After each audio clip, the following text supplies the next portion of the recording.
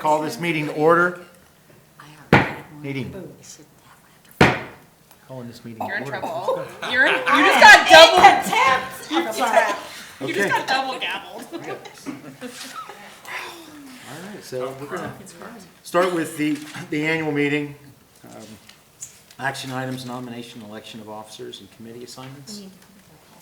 We need to do roll call first. Okay. Ms. Allen? Yes. Mr. Harding? Here. Mr. Hendon? Here. Mr. Olson? Here. Ms. Redden? Here. Ms. Reynolds? Here. Okay, nomination and election of officers and committee assignments. You want to run through that one? Yeah, very briefly. First, of course, thank you to Mr. Olson, who served as this year's president, as well as Mr. Harding, who was this year's vice president, and Ms. Reynolds, who was this year's secretary. We have a new set of officers here. Mr. Harding will move into the president role, vice president will be Ms. Redding, and the secretary will be Ms. Redden. So Redden, sorry. Okay. And, Too many, yeah, we got it. Too many R's. So we will need a motion to accept this. So moved. Second. Okay. Ms. Allen? Aye. Mr. Harding? Aye. Mr. Hendon? Aye. Mr. Olson? Aye. Ms. Redden? Aye. Ms. Reynolds? Aye. I like this. Okay. All right. Report of the Human Resources Committee meeting. So I think, Let's see, Diane, do you want to take, is this Diane? Yes. Yes, please. Ms. Redden, excuse me. The Human Resources Committee met on December 2nd, 2024 at the Downtown Main Library.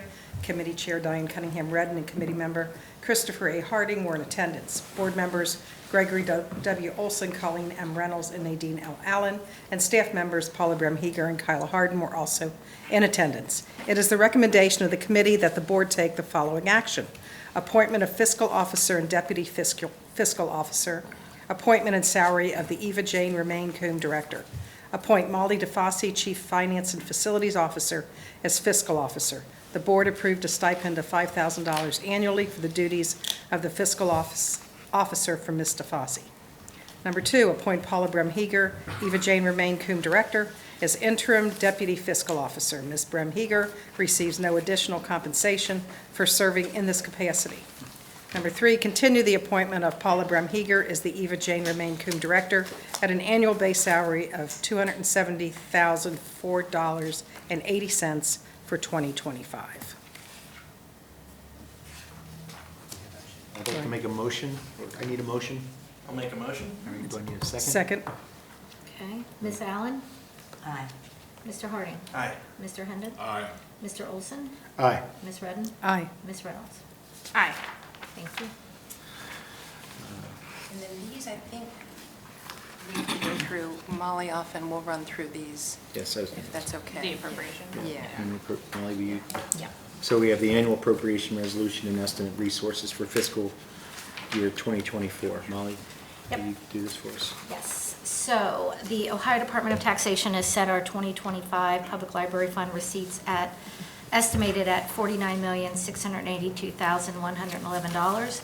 And Hamilton County has estimated our property tax receipts at $53,259,450. And then using these, the total, along with the other estimated income, total general fund receipts are estimated at $105,750,000, with the carry forward that provides total resources of $139,750,000. It is recommended that we establish the appropriation, the spending authority at $108,750,000 as described below.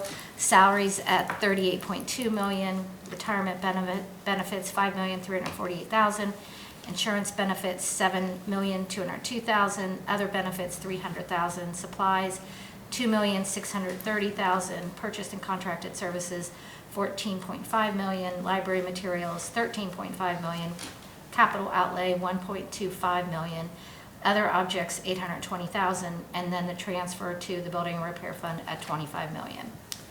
The budget includes the adjustment to the salary schedule, merit increases based on performance, funding to supplement the Ohio Library Council dues up to 50% of the membership cost, up to $45 per employee, support for main library parking stipend, increased spending in library materials to meet customer demand of electronic materials, and support for current operations and plan initiatives. In addition, the general fund estimated resources and appropriations have been, in addition to the general fund, estimated resources and appropriations have been prepared for the special revenue, capital, and permanent trust funds. These recommendations, plus unencumbered carry-forward balances for all funds, are detailed in Exhibit A and summarized below. Trust fund principals, a total of $6,776,403, are excluded from the permanent fund balances. I'm not going to read all of those, but it tells you this is the estimated available balance, and then the resources, and then the appropriations by fund type. These are the projected balances as of right now, and we will report the final balances at the February meeting. The special revenue and permanent fund appropriations include routine spending as well as appropriations for the Armstrong Fund to be used as necessary in working towards supporting staff morale, support the community engagement process, and events surrounding branch openings and celebrations, all of which may include the purchase of refreshments, supplement the tuition assistance plan, and supplement the Impact Award Prize. It is recommended that the board adopt a resolution to provide for expenditure during the fiscal year ending December 31st, 2025. The resources of the library be appropriated at the fund and object levels outlined in Exhibit A. Upon approval by the board of this information, it will be submitted to the Hamilton County Budget Commission as the library's 2025 annual appropriation resolution and certificate of sources available for expenditure. I also have detailed the plan for the building and repair fund spending in 2025 in the table below. And this is Exhibit A up for display, just in case you want to see it's among the documents as well. Thank you, Molly. You're welcome. I need a We need a motion. motion. I move we accept the report. Second? Okay. Ms. Allen? Aye. Mr. Harding? Aye. Mr. Hendon? Aye. Mr. Olson? Aye. Ms. Redden? Aye. Ms. Reynolds? Aye.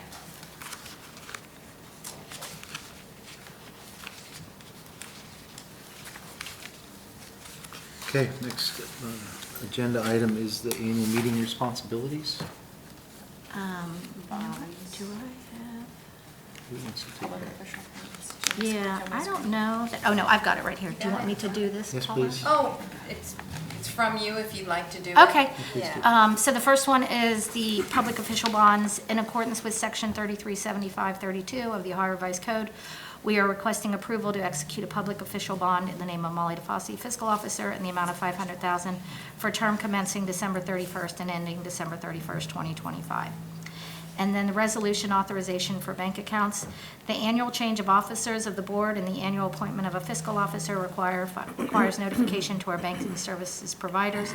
In addition, they require a resolution of the board assigning the authority for financial transaction.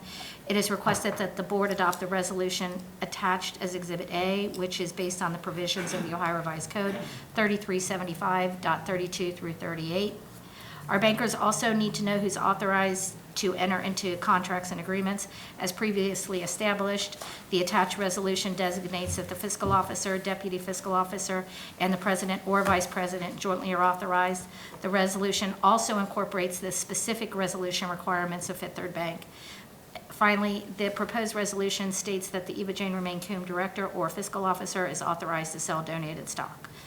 So attached is the detailed resolution, and then there's also an attachment with the Third's resolution. But I do need a motion. We need a motion. Yeah. I move we accept. Okay, second. Second. Okay. Ms. Allen? Aye. Mr. Harding? Aye. Mr. Hendon? Aye. Mr. Olson? Aye. Ms. Redden? Aye. Ms. Reynolds? Aye. Thank you. I believe we just need a motion to adjourn the annual meeting. Move to adjourn. Second. Okay. All in favor? Aye. Aye. Any opposed? Same sign? Okay. Now we can move on to the meeting of the member of the Cincinnati and Hamilton County Public Library Foundation. Can I do a roll call? Yes, please. Okay. Ms. Allen? Here.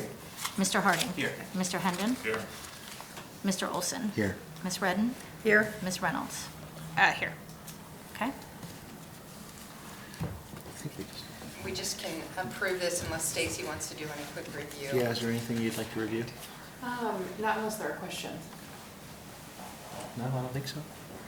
Motion to accept. So I need a motion to accept these minutes. I'll make a motion. Okay. Second. Second, okay. All in favor? Aye. Any opposed?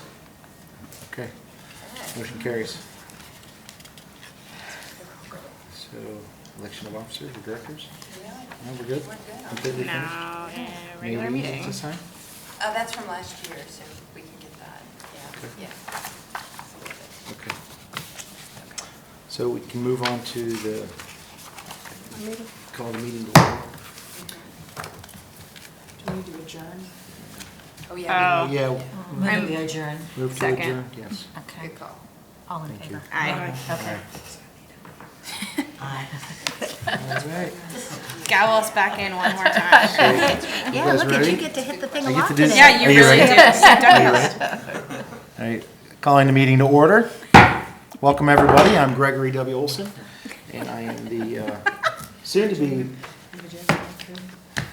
President Emeritus. president.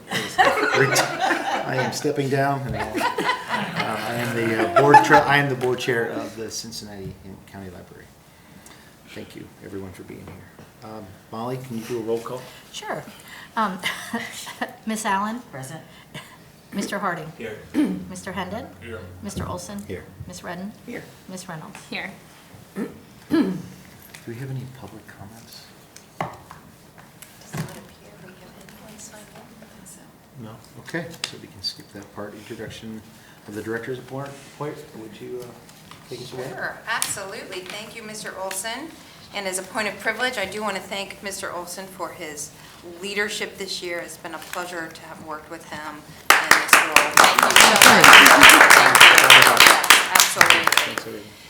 All right, moving into my report. So the first thing here is about Ohioans approving 93% of public library levies.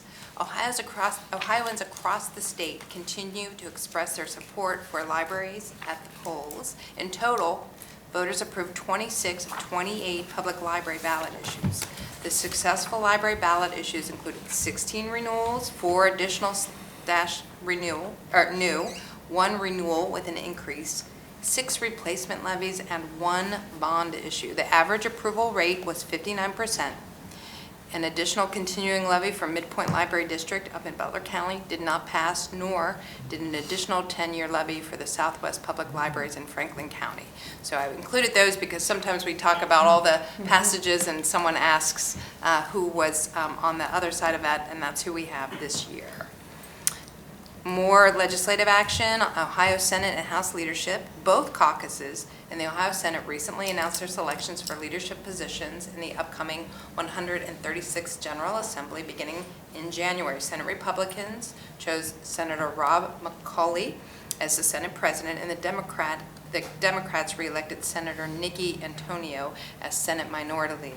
In the Ohio House, Republicans selected Representative-elect Matt Huffman to be the House Speaker beginning next year, and the House Democrat re-elected Representative Allison Rousseau as the House Minority Leader. Republicans in the Senate will have a 24-9 supermajority heading into the next session, and Republicans in the House will have a 65-34 supermajority heading into that next session. Just for keeping that in mind, speaking of government activities and relations, I have been reappointed as the Ohio Library Council's, the OLC's Government Relations Committee Chairperson for a 3-year term beginning in January. Thank you, Nikki. I'm very pleased to continue offering my leadership in the government relations area at the state level, particularly in 2025 because that is a biennial budget year, which always brings potential implications for public library funding through the PLF. A little bit of information here on things I think our trustees and our board members are well aware of, but just a recap of that wonderful Mount Healthy Branch reopening celebration. On November 2nd, we celebrated the opening of the new Mount Healthy Branch Library. right there on Hamilton Avenue. The new branch is located in a 10,000 square foot renovated CVS building, less than .01 miles from the former rental space that served as the Mount Healthy branch for 73 years. The ribbon cutting featured performances from the Mount Healthy Junior High School cheerleaders who enthusiastically kicked off our day-long celebration. The Mount Healthy branch, which represents a $6.3 million investment in our community, saw more than 1,117 visits on November 2nd, registered 12 customers for library cards, and had 561 items checked out just on that opening day.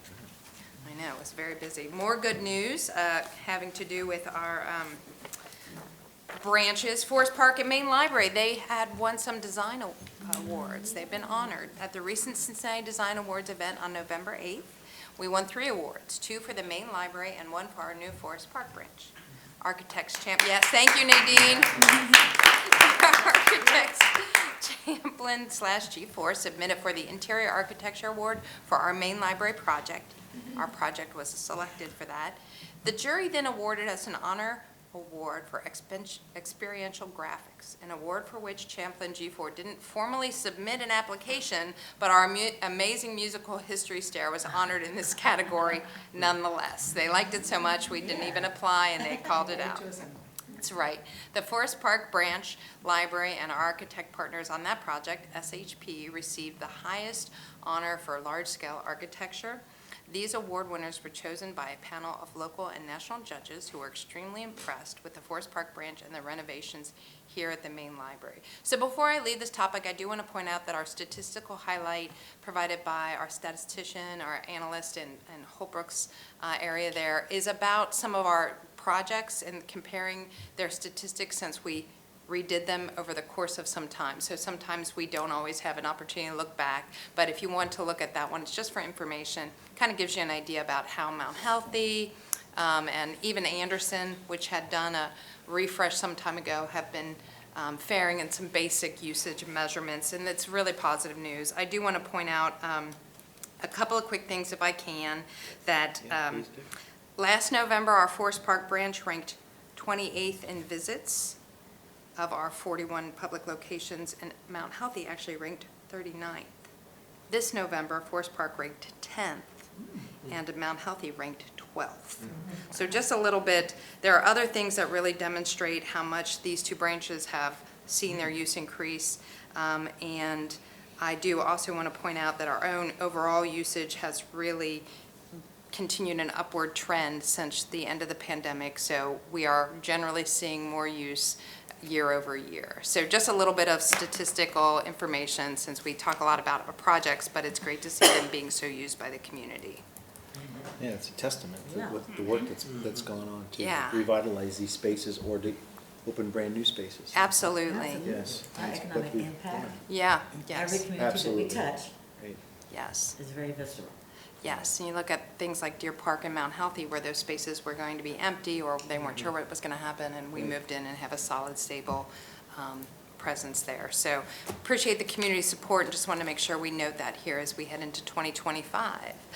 University of Cincinnati Conservation Preservation Lab Agreement. I do want to note, again, we talked about this in 2024, that it has been nearly 13 years since signing the MOU with UC, creating that Conservation Preservation Lab. We're proposing an update to that service agreement. The update focuses on transitioning all lab staff to be employed at UC rather than a split staff between UC and CHPL. Just to remind everyone, the lab is currently located at UC, so all the staff are at UC already on the campus. The new model will operate as a pilot for 3 years under a proposed updated agreement, which is Exhibit 1. We expect it to be successful and continue operating after that pilot period. A few highlights: this change is budget neutral, maintains service at the current level. We're proposing January 1, 2025 as the start date, realizing there remains a need for final legal and insurance review from both of our organizations. To accommodate that, we will put a hold on processing any CHPL work, so we're not going to be sending them actual items until the first month. Until we have the first month to evaluate workflow. We're not going to be billed for services during that time. By the date of our next board meeting here, February 11th, we expect to have all review complete. We intend to request that the board approve and fully execute the service agreement at that time. Staff will transition from our library to UC in 2 phases, the conservation assistant and specialist transitioning. I think it's going to be in 2024, and then the lab manager transitioning in June of 2025. So just a little bit of information there. Black Music Walk of Fame original stars are coming to the library. Before we go Yes. there, can I ask Yeah. exactly, what is it that the work is? What is the conservation, what is the preservation being done? So- What has it been done, so we Yeah. have better context for It's a that? great question. Our public library is over 150 years old, so we have a lot of material that requires attention and care. And the Conservation Preservation Lab helps make sure that our items are being cared for properly, maintained. They build boxes for things that really shouldn't be out exposed to the air. They build special conservation boxes. And then every once in a while, when something happens at the library, because sometimes it does, we have a leak or some water gets on our books, or a section of our material, happens less now that we're doing all the facilities work, but it does sometimes happen, then we call the Conservation Lab into work on that immediately so that we can maintain those books, and they're kind of amazing at that. Kathy Holbrook, I don't know if you have anything to add. Just that we focus on the high value things first, the Yeah. old things that are falling apart that are worth a lot of money. Yeah. Does this have anything to do with all the photographs that the Cincinnati Inquirer gave to us, or was that a separate project? Oh, that's a separate project, but certainly It's a great this kind of question. work, they're a great example of the kind of work that we can do so that those items are preserved to the best of our ability. Same department Yes, handles those materials. yeah. Good to It's a know. great question. It's a great question. Okay, Black Music Walk of Fame, the stars of the first 4 inductees of the Cincinnati Black Music Walk of Fame. That's Otis Wilson, the Isley Brothers, Dr. Charles Ford, and Bootsy Collins, who I think everybody knows celebrated his birthday with us recently. They've been on display at the CBG Airport for several years, having worked to support awareness of and information about the Black Music Walk of Fame, and having our own strong focus on Cincinnati music as part of our main library renovation and musical history stairs. We are working with Hamilton County Commission President Alicia Reese to have these 4 original stars on exhibit at our main library. We anticipate having additional information for the February board meeting. Keep you posted on that.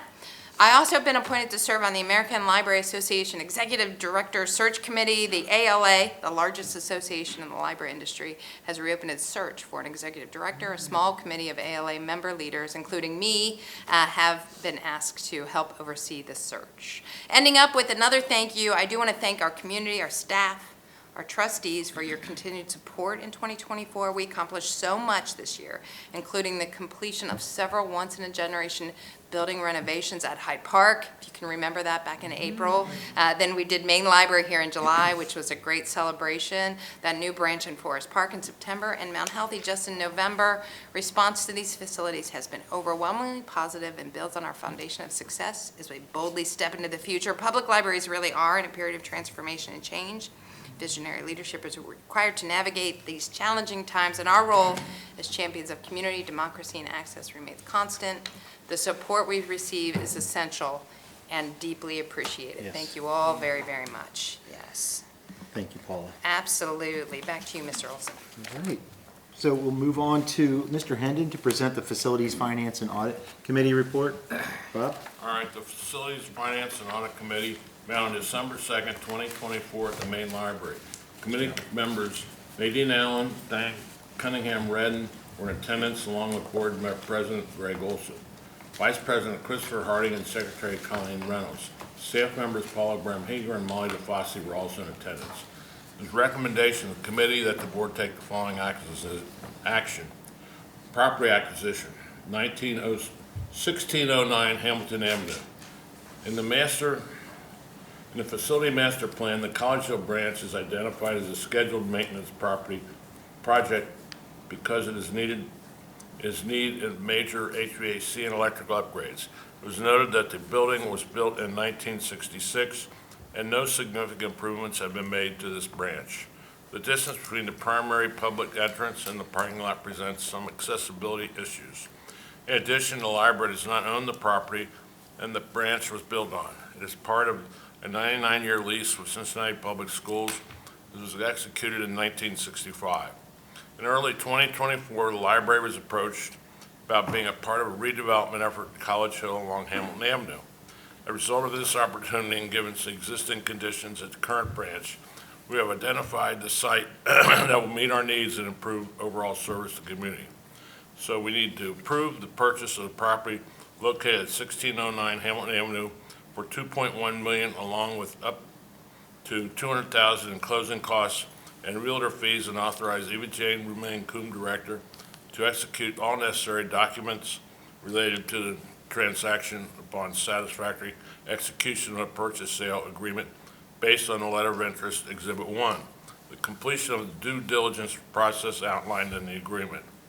Now, main, You can go through the rest of it. all right, main library project updates.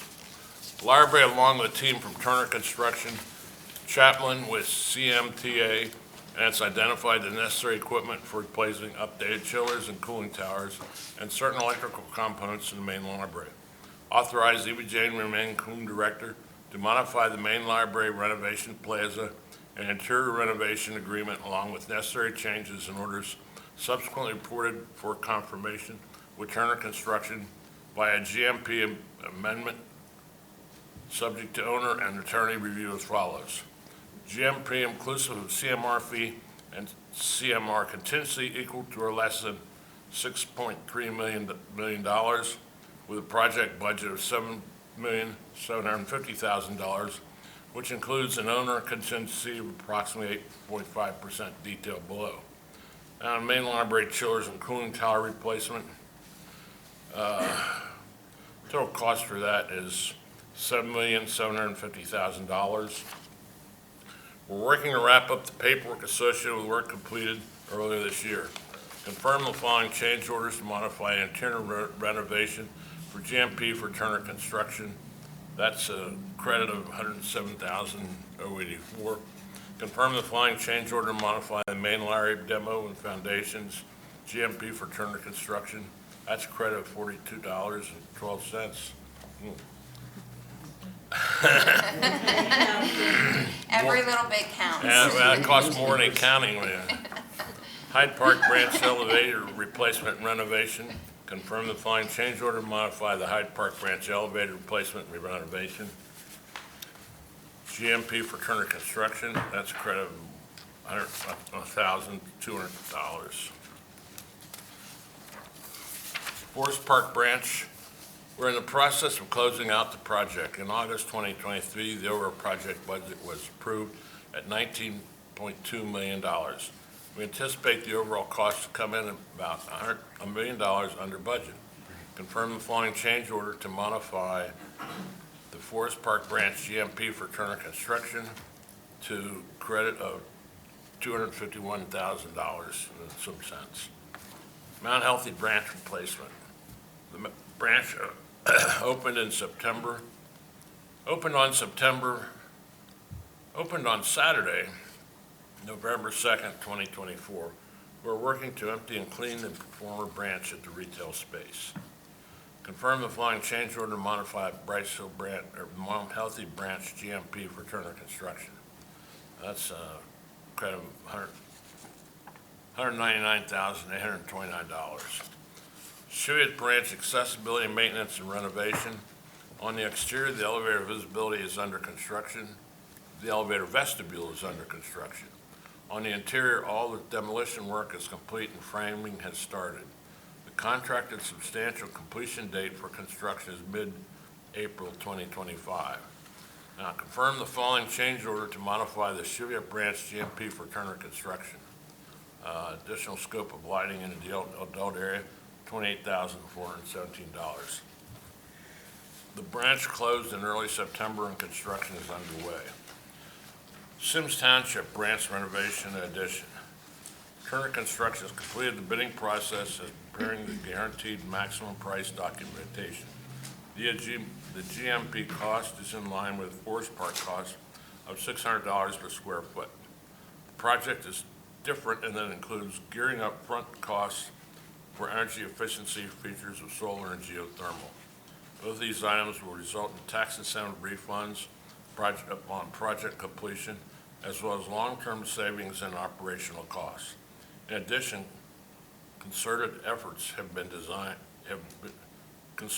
during design have been made to make efficient throughout to make efficiency throughout design. Authorize Eva Jane remain room director to modify the branch renovation and replacement of 2022-27 agreement, along with the necessary change orders subsequently reported for confirmation with Turner Construction via GMP amendment subject to owner and attorney review as follows. GMP inclusive of CMR fee and CMR contingency equal to or less than $12,500,000 with a project budget of $17,500,000, which includes the owner contingency approximately 5%, detailed below. I'm not going to go through the numbers, but the total there is $17,500,000. Along with the demolition of former branch complete, we anticipate construction beginning shortly after the execution of GMP document. Temporary branch has been providing service since October 14, 2024. Now, planning for 2025. FMP state status of capital projects. The construction work at the Shuvia branch, will be completed in the spring of 2025, with the additional work and furniture installation expected to be completed at the end of June. We will continue the planning for Delhi. At Miami Township, we have scheduled the demolition of the existing building and site fencing of the property, which will take place in the next few weeks. We plan to begin the design process in the first half of 2025. Now, life cycle replacement maintenance projects. We are committed to evaluate opportunities and explore design possibilities in Avondale. The architect and construction manager are all working on cost estimates for several options. We continue to search for temporary space in the event that we are completely closed by the branch. We have settled on an approach of resolving the continuing HVAC issues, and we are planning a community engagement session for early 2025 to review the potential design changes that will inform the approach to the exterior and interior maintenance work. We've been, Grab some water. Yeah. That is a lot to read. yeah. Grab some water. Get some water. It'll probably help you. It's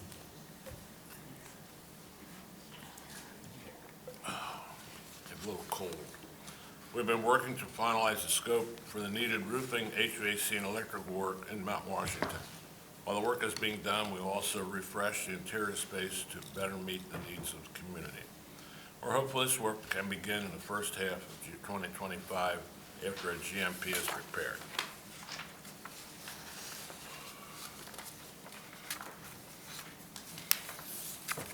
Both Oakley and Marymount are due for HVAC replacements. We're working with the engineers to identify this equipment.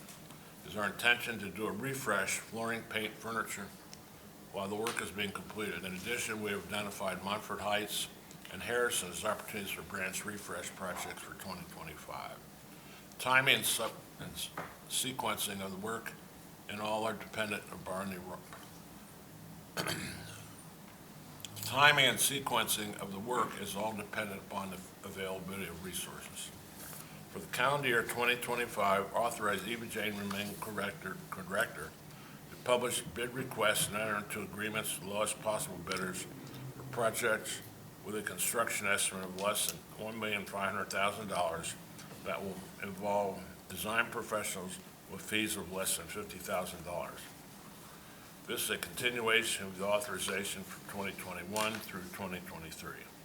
All bids are reviewed with the chair of the Facilities, Finance, and Audit Committee and will be reported at the next board meeting.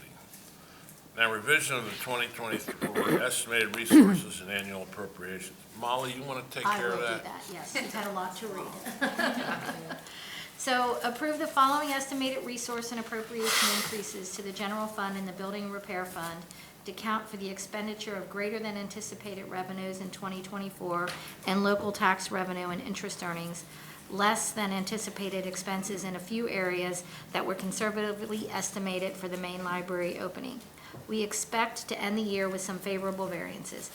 As a result of ongoing FMP needs, these savings will permit an additional transfer to the Building and Repair Fund and continued support of projects and reclassification of expenditure budgets based on actual needs.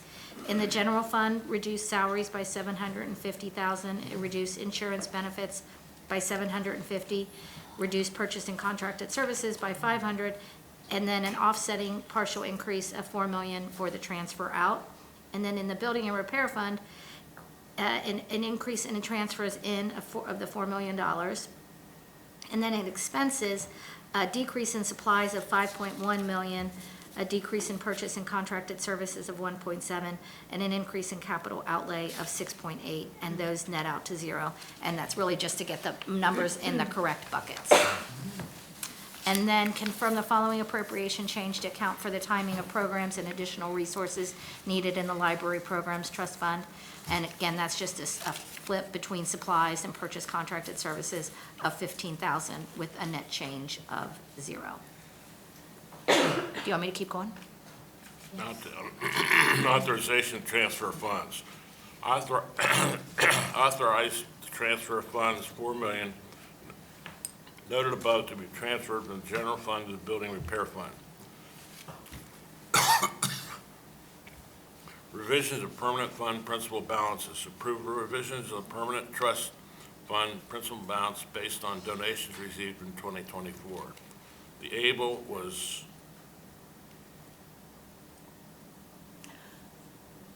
principal was $104,000. Now, I don't understand this. You can just do perhaps the principal at the end of this year. Yeah, or you could just say that the 2024, those are the increased amounts. That's the Yeah. donations that came in, because that's what you're really increasing it by, That the middle column. All right, so the able is $4, Goldsmith is $1,000, and King was $1,000. Yeah. 2024 annual appropriations, authorize revision of general fund appropriations is needed from now until the end of the year in order to close out the funds for 2024. Any revisions made will be reported to the board in February 2025. 2024 unencumbered balance, approve all the unencumbered balances carried forward the general fund at 12/31/24 in accordance with the Ohio Revised Code, section 33754.L. States that Library Board of Trustees may, at the end of each fiscal year, unless doing so would be contrary to law, set aside an unencumbered surplus remaining for the general, in the general or any other fund of the Free Public Library under the jurisdictions for any purpose, including creating or increasing a special building and repair fund, and for operating the library and acquiring equipment and supplies. We're anticipating an unencumbered balance of approximately $33 to $34 million to carry forward in 2025. This includes establishing an operating contingency of $2,150,000, representing the allowable 3% of the budget, and approximately $31 to $32 million available for operations in 2025, which is available for operations including transfer of the building and repair fund. In 2025 budget will include in the annual meeting. Now, I need a recommendation to motion for the action items. I make a motion. Okay. Ms. Allen? Aye. Mr. Harding? Aye. Mr. Hendon? All right. Mr. Olson? Aye. Ms. Redden? Aye. Ms. Reynolds? Now, for information only, 2024 parking lot repair replacements. The work on the parking lots continues. The distribution center, Blue Ash, and Montford Heights branch are complete. The work continues in Anderson, Covedale branch, and Madeira branch. Project is expected to be completed at the end of the year. Exterior signage update. The library continues working on updating exterior signage at library locations. Second phase of signs includes Coreyville, Harrison, Marymount, Northside, Reading, Sharonville, West End, and Westwood. Ongoing maintenance, Coreyville. This project has been open for a while. We continue to wait on the window trim for the custom windows and acceptable resolution of lower level flooding that was not installed properly. Annual appropriations, annual request for qualifications.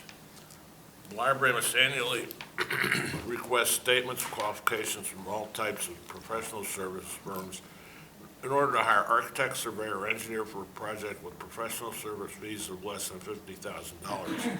In the past, we have published a formal notice in the newspaper and on our website.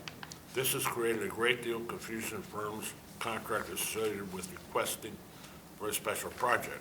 After discussions with our attorney, we will request updated qualifications directly from all firms who submitted in 2024 and maintain an ongoing request on our public website instead of the past approach. This will meet the objectives of this requirement. And that concludes my report. Thank you, Mr. Hendon. So we'll turn things over to Ms. Redden, the committee chair for HR. Diane? Thank you, Mr. Olson. This report was compiled by Kyla Harden. Thank you very much. The Human Resources Committee met December 2nd, 2024 at the Downtown Branch Library. Committee Chair Diane Cunningham Redden and Committee Member Christopher A. Harding were in attendance. Board members Gregory W. Olson, Colleen M. Reynolds, and Nadine L. Allen, and staff members Paula Bremheger and Kyla Harden were also in attendance. It is the recommendation of the committee that the board accept the following recommendations. Meal and rest break policy. A goal for 2024 is to continue to review and update policies in an effort to ensure that they are clear, concise, and reflect the current practices of the library. We request approval of the attached policy updates and changes. The revised policy is attached as follows. So the meal periods policy, the proposed policy is Exhibit A, current policy is Exhibit B. In an effort to ensure compliance, information regarding breaks for minors has been added into the policy. Also, an update to the policy title from meal periods policy to meal and rest breaks policy, as well as updates to language within the policy have been made. And you can go ahead and look at those. 2024 performance year merit increases. Under our current compensation plan, staff are eligible to receive pay increases based on their performance reviews, which are completed each year between February and March, and evaluate work done during the prior year. In recognition of the impact that inflation has continued to have on those earners and jobs graded at the lower end of our pay scale, and a part of our strategic priority of investing in staff, while also addressing disparities through policies, structures, and practices, a grade-based sliding scale between 3% and 6% is recommended for staff. In lieu of the additional 0.25% additional amount we have recommended in past years to recognize exceptional performance, this year we are recommending increasing the merit percent available per grade.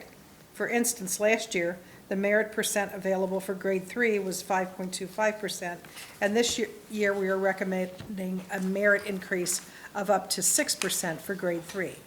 Staff will be eligible for merit increases of up to the top percentage for each grade, with top performers receiving the amount indicated in Exhibit C.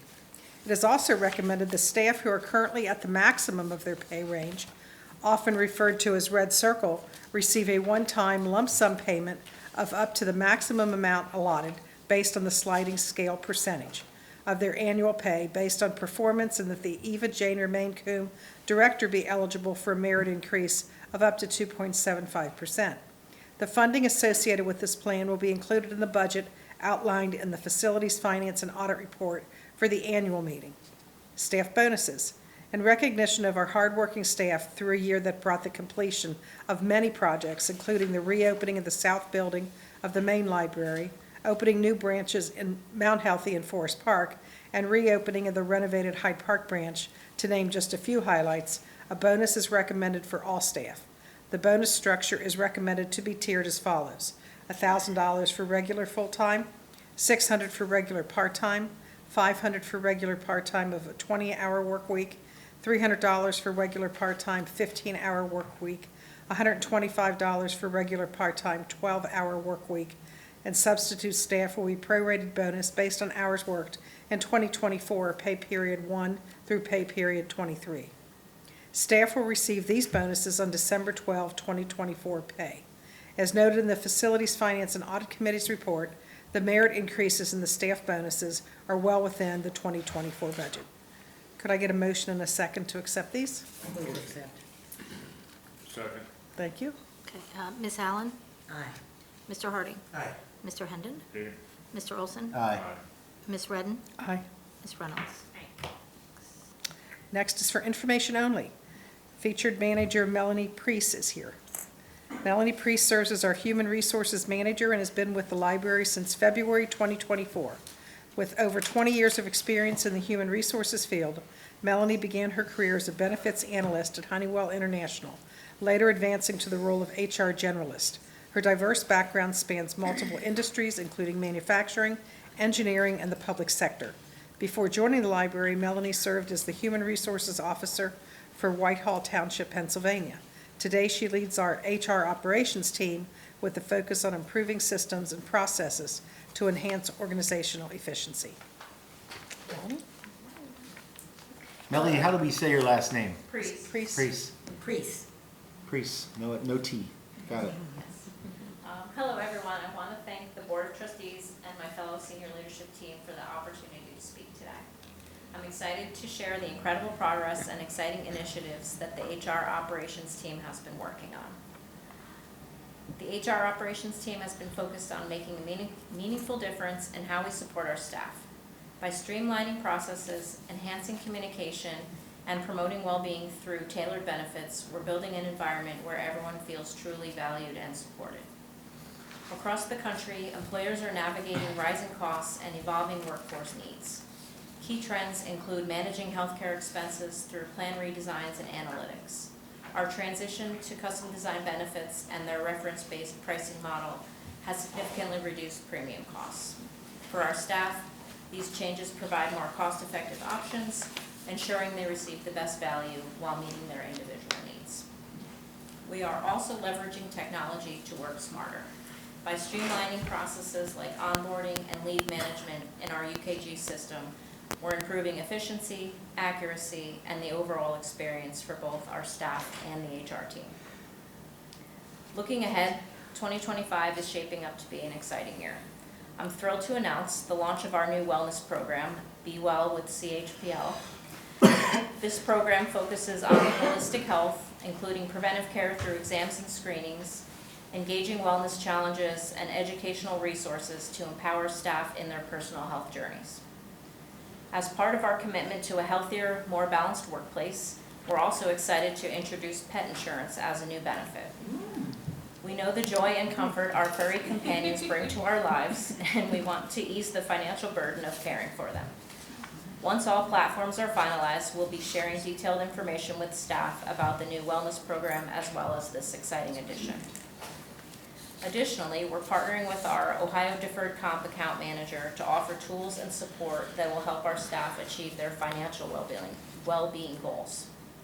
I'm incredibly proud to be a part of this dedicated team, and I look forward to continuing our progress and driving further improvements.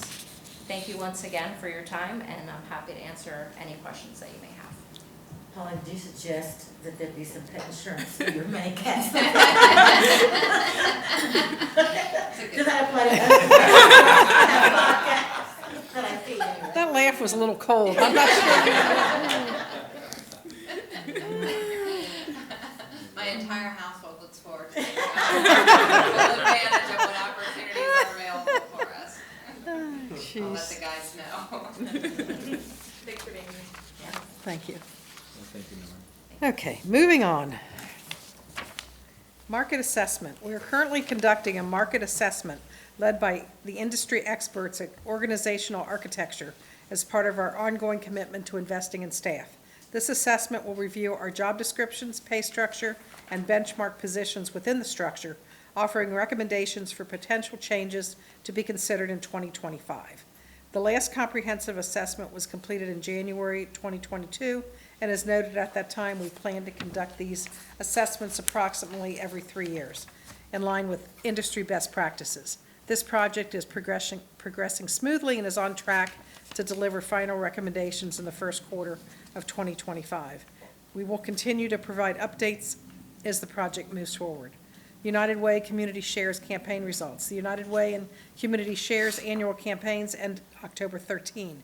The final numbers received from United Way and Community Shares are: United Way, $2,073.26 donated. Community shares, $1,724 donated. Staff Recognition Program, we're in the process of planning our 11th annual Staff Recognition Program. The Rookie of the Year Award and the Impact Award Bunny Daner Prize, which will be announced in the February 2025 board report, will be awarded at that event. Our goal is to hold this event in May of 2025 at the downtown Main Library. More details will be shared once the date is confirmed. Eva Jane Remain Coombe Director Review Process in order to systematically review the past year's performance of the Eva Jane Remain Coombe Director as it pertains to strategic priorities and core competencies that lead to fulfilling the mission and strategic plan of the library, and established formal annual review process of the director facilitated by the Board of Trustees was conducted. Eligibility. What? I think we're good. I think we're Okay. good. I think we're finished. Oh, Those are the exhibits. yeah, keep I was going to say, going if you want. no, thank you. Yeah. But you're done. I could read yours again, Bob. Yeah, and the exhibits A and B are there. I want to read more numbers and charts. Would you like me to read the new chart here at the back? Mr. Olson, that completes Thank you. my report. Thank you, Ms. Redden. Stop speaking now. I would like to turn things over to Judge Allen. Yes, before I start, can I have a little impromptu, is that all right? Paul, don't hold your Personal breath. privilege, as Mr. Olson. I know Yes, that you have the and there floor. are a lot of moms and dads who regularly attend our meetings. And so I do know that the mother of Kyla Harden, our Executive Director of HR, and the mother of Paula Brim-Hager, our Executive Director, regularly attend. So I want to say hello to Nancy and Jan, who attend all of our meetings. And so are there any other moms and dads who attend our meetings regularly? I want to speak to them too. So we've cooked up a little scheme, Oh, my goodness. me and Diane really. Oh, boy. And so Diane is like, I'm not involved. we Yeah. decided that we're going to have dinner at the Deer Park, free senior dinner, coming up to be announced, but soon. So I just want to make that announcement. I have to break the news to Jan that she's a senior. Well, yeah, sorry. If I'm a senior, we're all a senior. All right, so any other parents who want to let me know. And so I now present the Thank you, Judge Allen. Operations Committee report prepared by our illustrious Catherine Bach, Public Services Director. It's a great report. And so, the Kokeshi Dollar Project and exhibit at Forest Park. We are excited to host Kokeshi Wooden Dolls of Japan, an exhibit exploring the artistry and cultural significance of traditional Japanese Kokeshi dolls at the Forest Park branch. The exhibit, created in partnership with the Kokeshi Project, runs through December 14th and celebrates Japanese craftsmanship and cultural heritage. As part of the program, we offered hands-on workshops, including a special session on designing your own Kokeshi doll. This engaging event provided a unique opportunities for customers of all ages to connect with Japanese culture through art and storytelling. Celebrating public library history. Staff at Dunfermline Carnegie Library and galleries in Scotland have accepted custom-made CHPL Carnegie Library coasters produced by our talented makerspace staff. I thought I'd say it properly for the Scottish community. You crushed it. 3 sets of coasters depicting each of our city's 7 Carnegie libraries were presented to Dunfermline Carnegie Library, First Carnegie Library, as a gesture of shared history and appreciation. Making the presentation was lifelong CHPL supporter and customer Diane Wright, who was visiting Dunfermline. This effort highlights our commitment to honoring library heritage while fostering global connections that celebrate the enduring impact of public libraries. That's how I'll say it just for this paragraph. Well, if I had known we could go to Scotland. Yeah. At least I had to say it properly. You did a great job. Okay. And is anybody here with Scottish heritage? Let me know if I said that properly. British. Pardon? Go on. Sound great. Partnership with Contemporary Art Center. We are partnering with the Contemporary Art Center, here and after CAC, On an Artist in Residence series every Wednesday evening, the main library has been hosting the CAC's Artist in Residence, Maddie McFadden. The Artist in Residence program is an education-focused residency that encourages artists to collaborate and create alongside CHPL visitors of all ages. The artist changes quarterly. January through March will be Adrian Dixon, April through May, Alan Schwartz, and June through August, Karen Boylan. The Winter Checkout Challenge. The Winter Checkout Challenge is from January 21st through February 28th. It's a 6-week program that engages adults 18 and older with library services and materials while offering opportunities for enjoyment and support for mental well-being. Adults can participate in person at a branch library, online, or through our outreach department's visits to senior centers. All customers who join can collect a free cork coaster and a bookmark with a coupon for the Friends of the Library Warehouse. Those who complete at least 5 activities will receive a limited edition CHPL Winter Checkout Challenge mug and be entered to win a grand prize. Operational Hours Work Program. In July, the library reinstated Wednesday evening hours, 6 to 8 at 29 locations, reflecting our commitment to providing accessible and consistent services for our community. This adjustment has enhanced customer flexibility and increased engagement with library resources. The decision to restore hours system-wide was guided by the goal of better meeting the needs of our users while ensuring a cohesive approach to service. To evaluate the impact of these changes, we are reviewing visitor counts and other key metrics. A staff work group has been analyzing usage data, benchmarking with peer libraries, and conducting customer surveys. This thorough review process is aimed at ensuring our open hours balance customer needs with operational efficiency, ensuring our hours of operation remain responsive and effective. OCRC charge filed in October 2022, the library, 2024, the library was notified of an OCRC charge. The charge was filed by library customer Lauren Hodge. A response to the charge was prepared and submitted by the Hamilton County Prosecutor's Office. Additional upcoming programs and events. On December 11th, Animals Live. Animals in Winter at the Madisonville branch. December 12th, Discovering FAFSA, Your Guide to Federal Student Aid. That will be a virtual program. December 14th, the Foley Road Band, Irish holiday music at the Mount Washington branch. December 18th, the Upside of Downsizing at the Wyoming branch. Something we're all going through as seniors in our house. Anyway, January 13th, explore the African American Archive Collection at the Bond Hill branch. And that concludes my report, President Olson. Thank you, Judge Allen. So we'll move on to Mr. Harding for the strategy report. Thank you, President Olson, and this report was prepared by Michelle Matthews and Tara Kressler. Thank you. Adopt a Class. 8 members of the senior leadership team are volunteering with the local nonprofit Adopt a Class. We are mentoring 2 5th-grade classes at Sailor Park Elementary School. We will meet with students for 1 hour once a month to explore library careers, leadership, and life skills through discussions and hands-on activities with the students. All in Warming Cincinnati. In partnership with Turner Construction, Holding Hands, and Hamilton County's 513 Relief Bus, we provided Warming Cincy Mission All In, a coat and cold weather clothing drive, and resources fair at the Downtown Main Library on October 31st. Resources included connections to JFS services, free medical checkups with UC Health, and printing free birth certificates with resource tables from Equitas Health, Neighborhood Health, and Ohio Crime Victims Advocates, among others.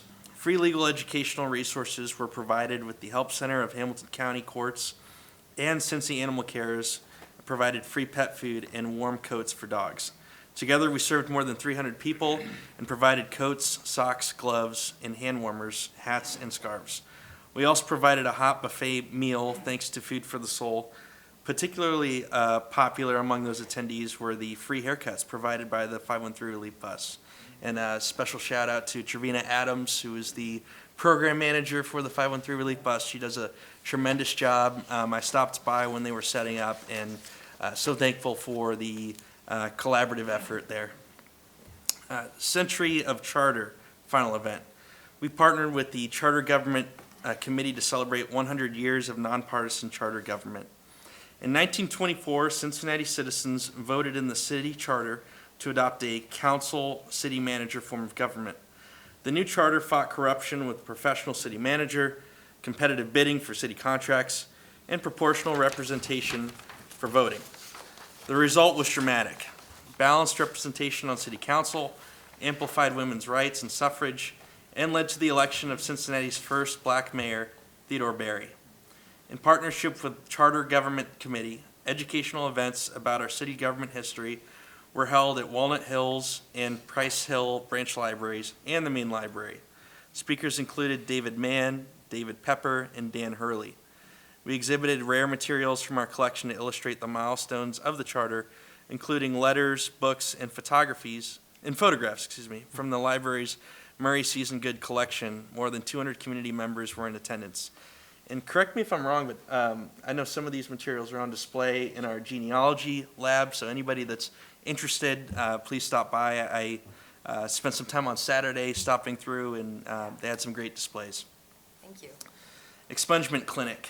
We partnered with the Office of Vice Mayor Kearney, the Ohio Justice and Policy Center, and the Hamilton County Office of Reentry to provide a free second chance legal clinic on December 7th, 2024 at the main library. OJPC is booking appointments for community members to provide free legal education, record sealing and expungements, and eligibility review for the Expedited Pardon Project. And I also stopped by for that briefly on Saturday. Thank you to Vice Mayor Kearney for personally greeting many of the folks that were coming for those services. And thank you to the staff. I know David Siders was there helping facilitate those activities. So another great program that the library was able to collaborate on. So thank you for that. And Mr. Harding, Michelle did let me know that we had an excellent turnout. That's awesome. Yeah. We had 30 individuals registered for the clinic and 27 showed up. And That's were great. able to get service. And so we were very excited about that. The vice mayor would like to hold another one in February. That's great. Thank you. Women's City Club, Cincinnati Futures Commission Forum. We collaborated with Women's City Club and the City of Cincinnati to present a community forum on City's Futures Commission report at the main library in November. The Futures Commission's key goals are to increase population, grow jobs, increase wages, and shrink wage disparities. Facilitated by Becca Costello of WVXU, the forum featured Cincinnati leaders Mark Jeffries, Pete Metz, Emily Warner, and Jerry Newfarmer. More than 100 people were in attendance. Outreach collaborates with Shoes for the Shoeless. Shoes for the Shoeless is a nonprofit organization that ensures that children in need have proper footwear. By providing new shoes and socks to students in local schools, including those in Cincinnati public schools, they address a critical need, enabling children to focus on learning and playing without discomfort or embarrassment.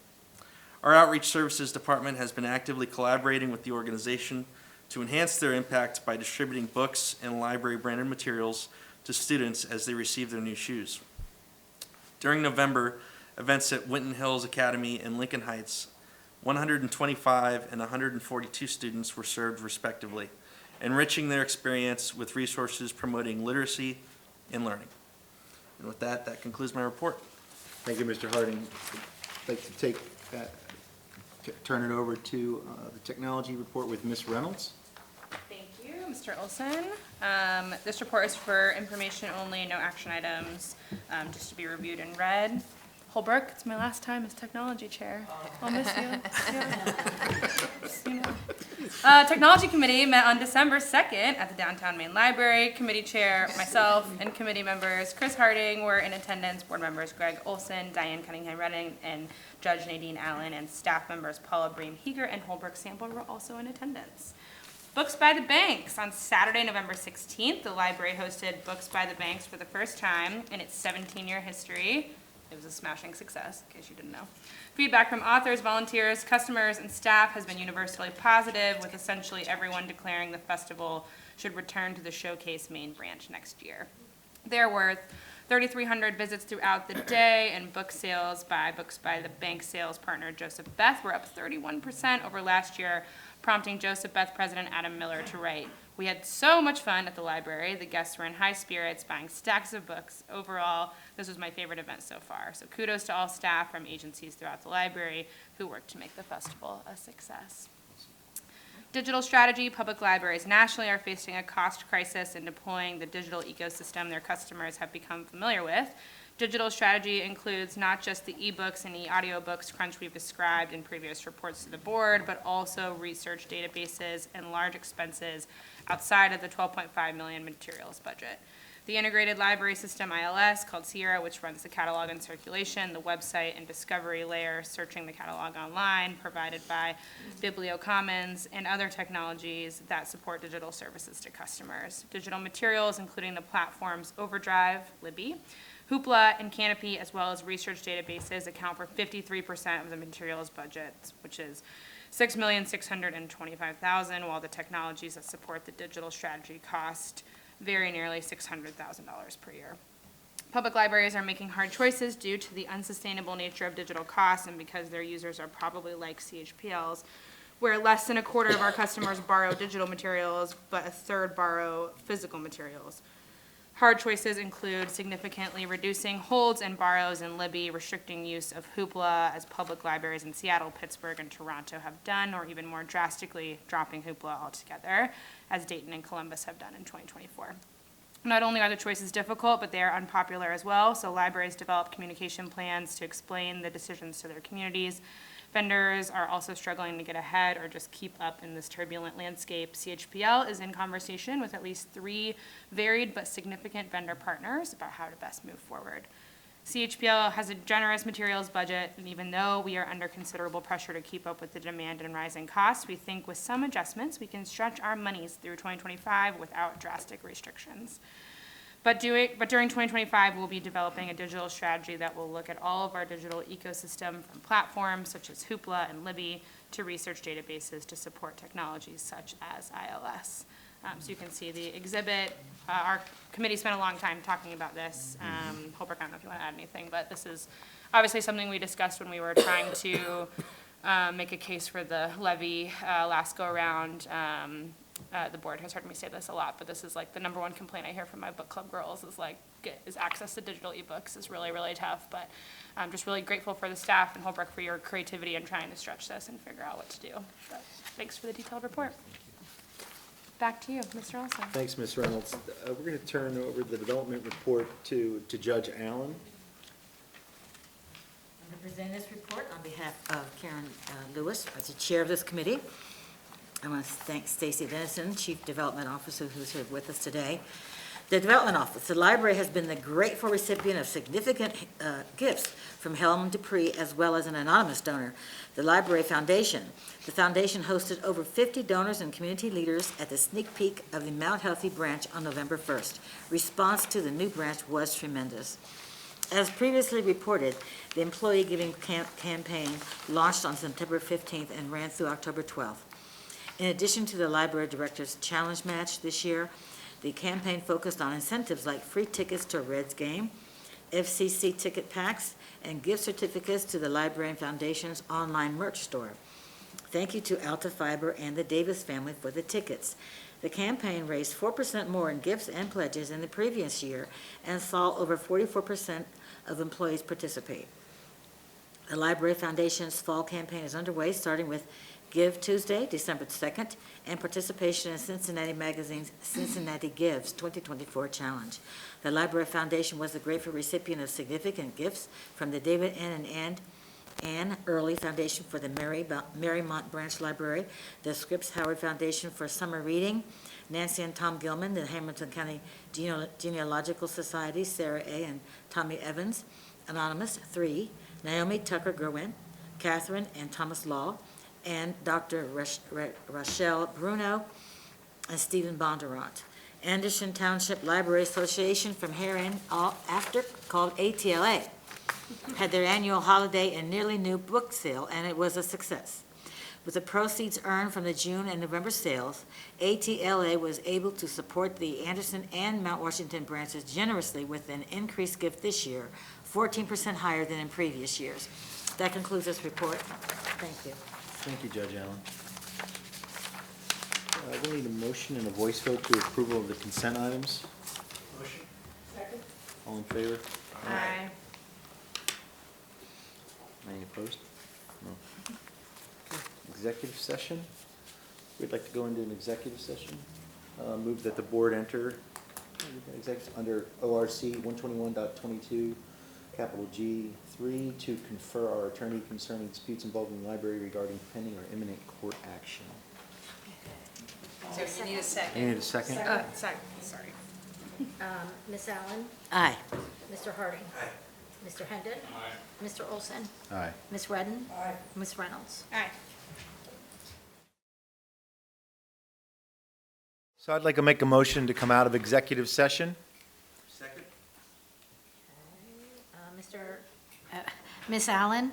Aye. Mr. Harding? Mr. Hendon? Mr. Olson? Aye. Ms. Redden? Ms. Reynolds? Aye. Thank you. Okay, and we need lastly to make a motion to adjourn.